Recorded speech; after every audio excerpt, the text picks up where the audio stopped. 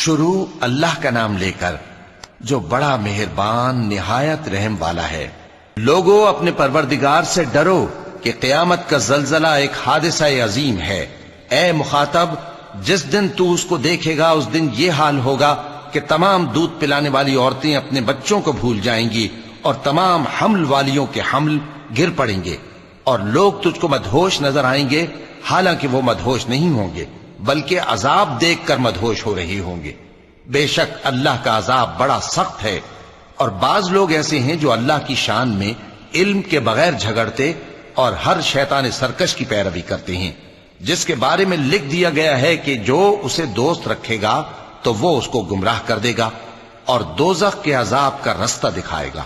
لوگو، اگر تم کو مرنے کے بعد جی اٹھنے میں کچھ شک ہو تو ہم نے تم کو پہلی بار بھی تو پیدا کیا تھا، یعنی ابتدا میں مٹی سے، پھر اس سے نطفہ بنا کر، پھر اس سے خون کا لوتھڑا بنا کر، پھر اس سے بوٹی بنا کر جس کی بناوٹ کامل بھی ہوتی ہے اور ناقص بھی، تاکہ تم پر اپنی خالقیت ظاہر کر دیں۔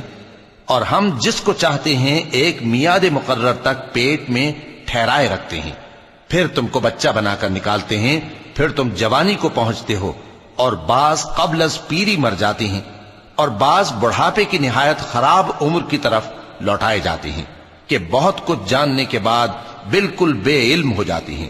اور اے دیکھنے والے، تو دیکھتا ہے کہ ایک وقت میں زمین خشک پڑی ہوتی ہے، پھر جب ہم اس پر مے برساتے ہیں تو وہ شاداب ہو جاتی اور ابھرنے لگتی ہے اور طرح طرح کی بارونق چیزیں اگاتی ہے۔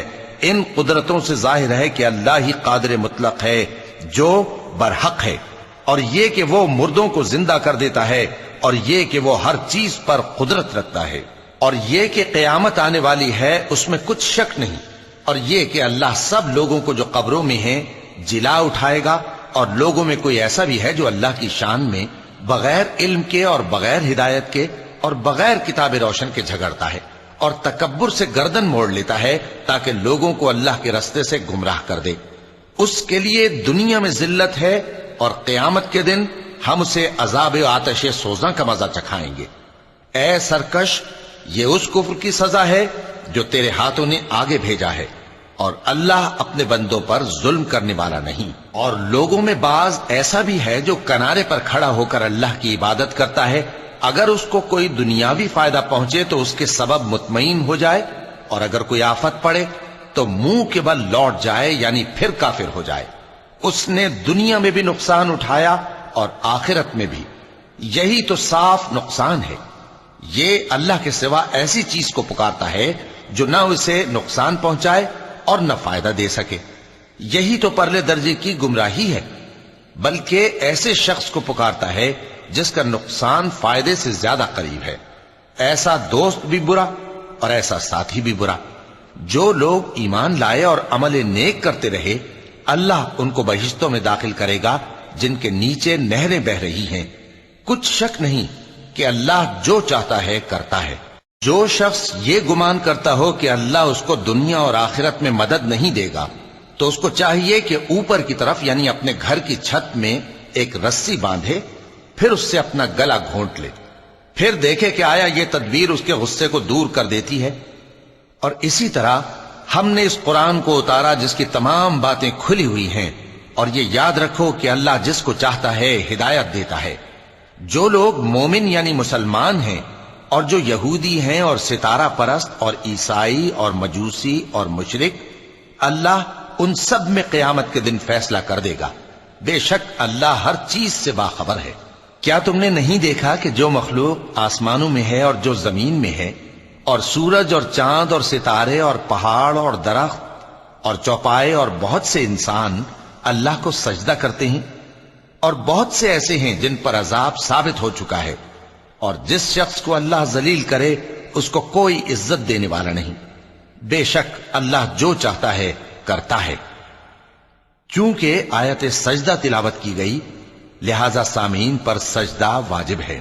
یہ دو فریق ایک دوسرے کے دشمن اپنے پروردگار کے بارے میں جھگڑتے ہیں، تو جو کافر ہیں ان کے لیے آگ کے کپڑے قطع کیے جائیں گے اور ان کے سروں پر جلتا ہوا پانی ڈالا جائے گا، اس سے ان کے پیٹ کے اندر کی چیزیں اور کھالیں گل جائیں گی، اور ان کے مارنے کے لیے لوہے کے ہتھوڑے ہوں گے۔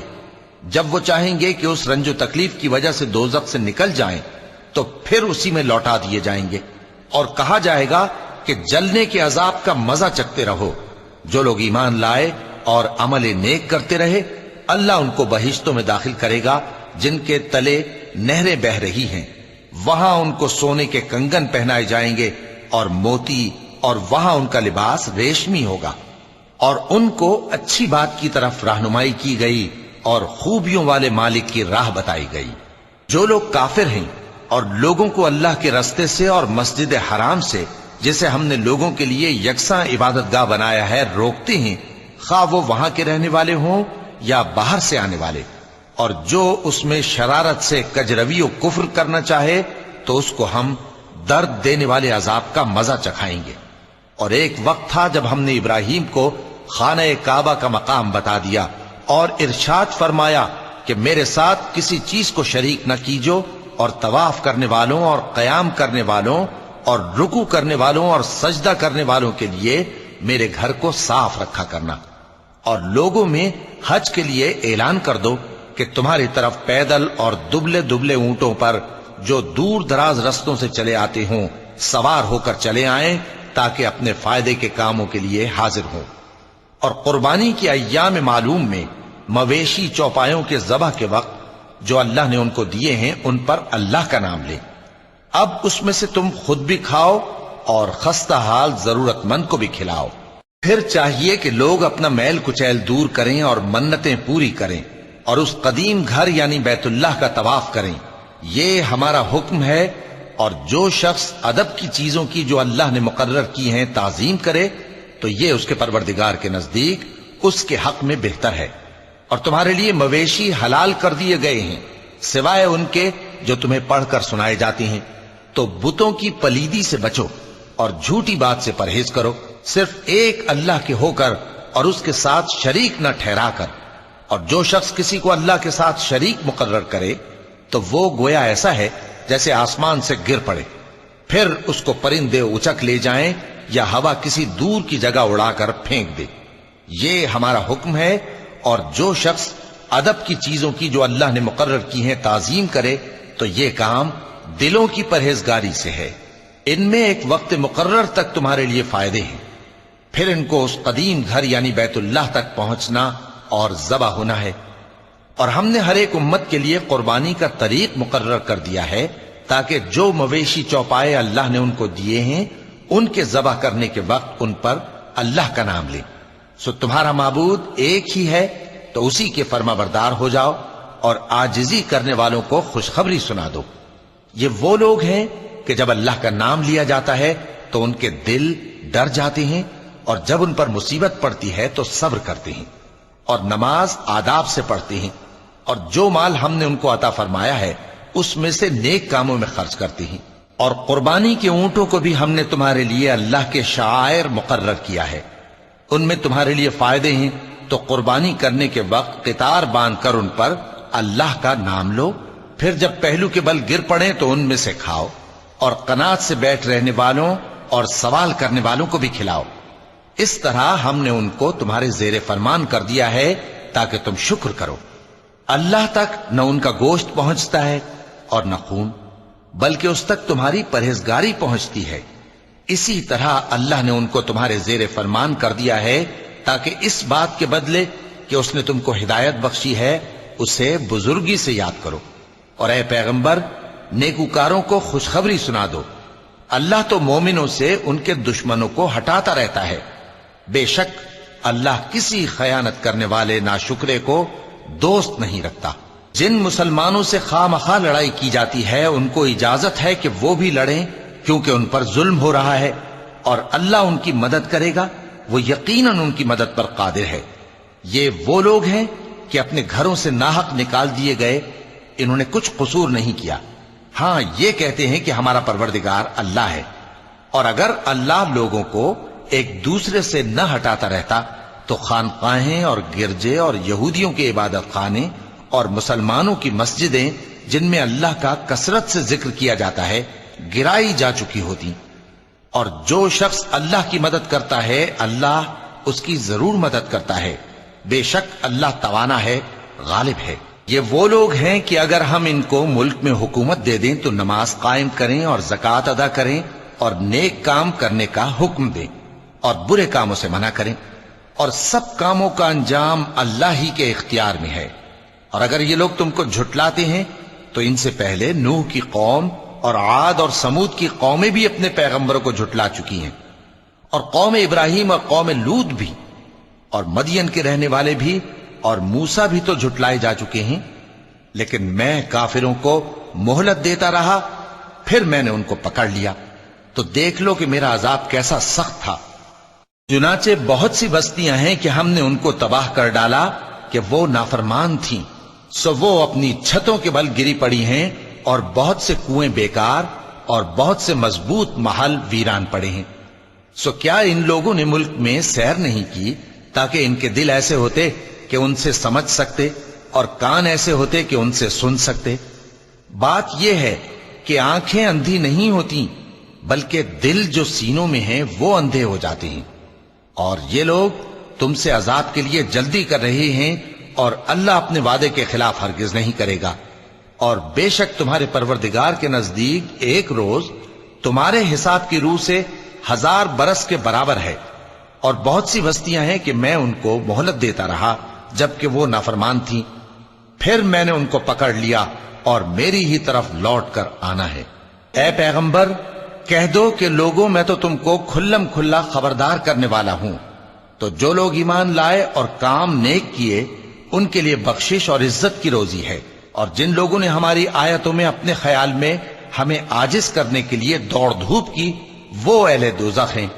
اور ہم نے تم سے پہلے کوئی رسول اور نبی نہیں بھیجا مگر اس کا یہ حال تھا کہ جب وہ کوئی آرزو کرتا تھا تو شیطان اس کی آرزو میں وسوسہ ڈال دیتا تھا، تو جو وسوسہ شیطان ڈالتا ہے اللہ اس کو دور کر دیتا ہے، پھر اللہ اپنی آیتوں کو مضبوط کر دیتا ہے، اور اللہ علم والا ہے، حکمت والا ہے۔